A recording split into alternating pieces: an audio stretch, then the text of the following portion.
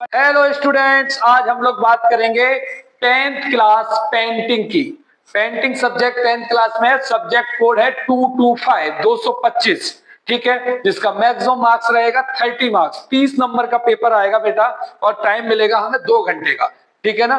30 number के paper को अगर आप बेहतर से करते हो और इस पेपर के पैटर्न को समझ लोगे तो आप एक मैक्सिमम मार्क्स गेन कर सकते हो, ठीक है। हम पेपर से इंस्ट्रक्शंस की तरफ से शुरू करेंगे। Section A, section B, section C, यानी कि पेंटिंग का पेपर जरूर 30 नंबर का है, लेकिन है कितने सेक्शन में? 3 सेक्शन में। सेक्शन ए आपका टोटल मल्टीपल चॉइस क्वेश्चंस का है। सेक्शन बी आपका है read the passage and attempt fill in the blanks. आपको क्या करना है? Fill in the blanks attempt करने हैं और गिवन क्वेश्चंस 8 1 मार्क्स के क्वेश्चन सेक्शन बी में भी रहेंगे। सेक्शन सी में आपका सब्जेक्टिव पार्ट रहेगा जिसमें कि आपको राइट डाउन करना होगा, ठीक है। टोटल क्वेश्चंस इसमें आपके कितने हैं? क्वेश्चन नंबर 14, यानी कि 14 क्वेश्चन तक आपके इसमें आपको 14 क्वेश्चन करने हैं 2 घंटे के अंदर। सेक्शन ए से हम स्टार्ट करते हैं। सेक्शन ए से स्टार्ट करने से पहले बेटा हम आपको एक बात बता दें कि बहुत सारे बच्चे ये सोच लेते हैं कि पेंटिंग का पेपर है तो हमें इसमें रंग करना होगा, गोला बनाना होगा या कुछ पेंटिंग बनानी होगी। बेटा पेंटिंग जो बनानी थी वो हमें प्रैक्टिकल में बनानी थी। यहाँ पे जो पेपर आएगा वो थियोरेटिकल आएगा, जो कहीं ना कहीं काफी हद तक आपके हिस्ट्री से रिलेटेड होता है कि हिस्ट्री के दौरान जो आपकी पेंटिंग्स है वो किस तरीके की रही। पेंटिंग्स के बारे में आपको बताना है, उसके बारे में लिखना है, ठीक है। That is a written exam, not a painting और ड्रॉइंग। तो वहां पेपर में बेटा कलर लेके नहीं जाना है, ठीक है। देख लो क्वेश्चन पेपर, देखो तो समझ आ जाएगा। क्वेश्चन पेपर देखते हैं। क्वेश्चन नंबर 1 जो है ऑब्जेक्टिव टाइप का, in which state are Nachna and Bhumara places located. किस स्टेट में ये दो प्लेसेस यानी कि लोकेटेड है? तो बेटा इसका ऑप्शन है मध्य प्रदेश। ये कहां पे है? मध्य प्रदेश में। तो ऑप्शन सी इसका करेक्ट है। Who painted the art work the last super. एक आर्ट वर्क है लास्ट सुपर। क्या नाम है आर्ट वर्क का? The last super. तो इसका किसने इसको पेंटेड किया था? बेटा ध्यान रखो, जो ये नाम है इसको बहुत ज्यादा याद कर लो। इनका नाम कई बार आएगा और कई बार यूज होता है आपकी 10th क्लास की पेंटिंग में, ठीक है ना। इनका नाम है बेटा Leonardo da Vinci. Leonardo da Vinci, इनके नाम के हिसाब से आप याद रखना लियोनार्डो दा विंसी। ये ऑप्शन ए करेक्ट है। व्हाट स्टाइल स्मॉल बोतल ऑफ रम पेंटिंग रिप्रेजेंट। रम की छोटी बोतल जो है वो पेंटिंग में रिप्रेजेंट कर रही है कौन सी style? That is a cubism style. कौन सी स्टाइल है बेटा? Cubism. Which technique has been used in the medieval saints? medieval saints जो थे वो कौन सी टेक्निक को यूज करते थे? That is called dry paint. क्या कहते थे? Dry paint. कौन सी यूज करते थे बेटा? Dry paint. ध्यान से इस क्वेश्चन पेपर को बेटा सुन समझते जाना ताकि आप पेपर में अच्छे से अच्छे मार्क्स गेन कर सको। बार बार आपको बता रहा हूं। क्वेश्चन नंबर 5 देखेंगे। The special feature of bull stop is it's. Bull stop का स्पेशल फीचर क्या था? वो पॉलिश्ड और शाइन था। कैसा था? पॉलिश्ड और शाइन। किस तरीके का होता है? Polished and shine. तो ऑप्शन डी इज करेक्ट, ठीक है। नेक्स्ट क्वेश्चन है बेटा question number 6, identify the painter who is related with the painting. यानी कि हमें ये 4 ऑप्शंस दिए गए हैं और उनमें एक तरफ हमें पेंटर का नाम दिया गया और दूसरी तरफ किसका नाम दिया गया है बेटा? उनकी पेंटिंग का। तो ये हमें बताना है कि करेक्ट कॉम्बिनेशन कौन सा है। तो अभिनंद्र नाथ इसमें दिया गया है, जिसमें हंसना दमयंती इनकी पेंटिंग थी। ये करेक्ट है। ये आपके बुक्स में भी दिया गया है। आप इसको अगर पढ़ोगे तो आपको पता चल जाएगा, ठीक है ना। ऑप्शन ए इसका करेक्ट होगा। सेक्शन बी में बेटा यही था कि हमें क्या करना था? पैसेज को रीड करना था। 14th सेंचुरी वाला ये हमारा एक पैसेज दिया गया है। इस पैसेज को हम रीड करेंगे और आंसर्स को देते जाएंगे। देखिए इसमें पहला क्वेश्चन दिया गया ए, जो दिया गया यहाँ dash and dash prominent artist of 14th century. Prominent artist यहाँ पे कौन से हैं? Duccio and Masaccio. तो यहाँ पे यही ऑप्शन आ जाएगा, डूसियो एंड मकासियो, ठीक है, करेक्ट। दूसरा क्वेश्चन क्या दिया? यानी तो इसमें बहुत आसान हो गया बेटा, इसमें छाट के लिखना, ठीक है। दूसरा क्वेश्चन दिया गया बैलेंस एंड हार्मोनी। इसमें लिखा होगा कहीं ना कहीं balance and harmony.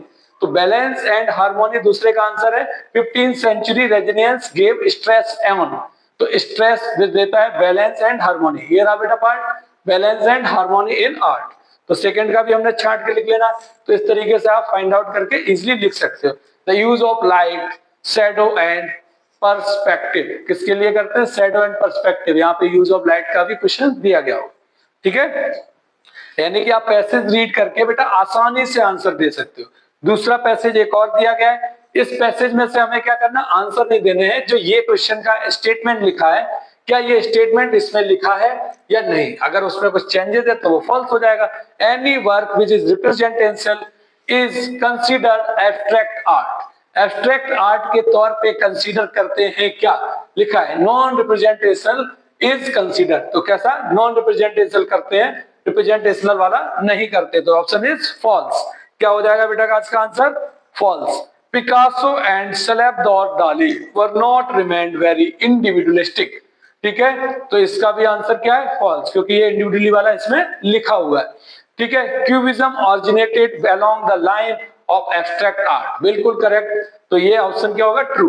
The beginning of the phase of abstract art start with the work of Kandinsky, तो ये भी ऑप्शन क्या हो जाएगा, वर्क ऑफ वेस्ली कैडेंसमी लिखा हुआ है ना, द वर्क स्टार्ट, तो that is a true, correct. Section C, section C में हमारे पास 1 2 3 4 5 6 क्वेश्चन है टोटल, कितने हैं, 6 क्वेश्चंस के हमें आंसर्स देने हैं ब्रीफली, 2 नंबर में भी है और 3 या 4 में भी होगा, देखते हैं अभी। Right in brief what kind of art evolve after company art decline in India, जब कंपनी आर्ट का डिक्लिनेशन हुआ इंडिया के अंदर तो कौन सी हमारी जो है आर्ट जो है वो इवॉल्व हुई, तो उसके बारे में हमें ये क्वेश्चन लिखना है। Company of art, the Bengal school of art under the leadership of Avinash Tagore, ठीक है। Explain the painting landscape in red, red landscape वाली पेंटिंग के बारे में हमें एक्सप्लेन करना है। Right a short note of Sandro Botticelli, इनके बारे में एक छोटा सा शॉर्ट नोट लिखना है, ये इटालियन पेंटर थे, इनके बारे में शॉर्ट नोट लिखना है। Hoysala period is remembered for the stone sculpture, stone sculpture, stone को काट के जो मूर्तियां बनाते थे उसके लिए इस पीरियड को क्यों याद किया जाता है, इसका रीजन हमें बताना, ठीक है। तो जाहिर सी बात है उसमें सारे स्कल्पचर हम शो कर रहे हैं, डाइटीज, डांसर्स, एनिमल्स, तो इस वजह से ये माना जाता है। State the method and techniques used by contemporary artist of India, कौन सा मेथड और टेक्निक यूज करते हैं कंटेम्पररी आर्टिस्ट ऑफ इंडिया, तो इसके बारे में बेटा आसानी से लिख सकते हो आप। Check the choice and attempt the question, इन दो में से ए और बी 2 ऑप्शन दिए गए हैं, एक क्वेश्चन हमें करना है। High level progress has been demonstrated in the field of architecture during the Harappan period, explain by given an example, Harappan periods के दौरान डिमॉन्स्ट्रेशन के बारे में हमें लिखना है और कोई एक एग्जांपल भी बताना है, ठीक है। या फिर ऑप्शनल में हम लिख सकते हैं what are the characteristic of Krishna supporting mount Govardhan sculpture, बेटा ये कृष्णा वाला जो चैप्टर है इसको जरूर पढ़ लेना, ये जो कृष्णा वाली पेंटिंग दी गई तुम्हारे में, इससे रिलेटेड हर साल एक क्वेश्चन आता है और अगली बार भी आएगा तुम्हारे पास, ठीक है ना।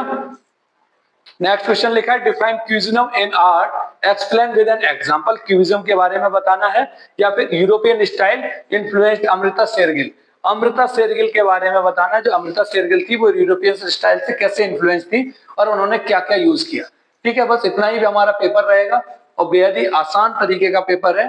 इस पेपर के अगर ये क्वेश्चंस भी रीड कर लोगे आप तो डेफिनेटली है कि आप कहीं हद तक इसको समझ पाओगे और अपने पेपर्स में कुछ ना कुछ करके अच्छे से मार्क्स गेन कर पाओगे, ठीक है। उम्मीद करता हूं कि आप ये पेपर को बेहतर से करोगे। जय हिंद, जय भारत।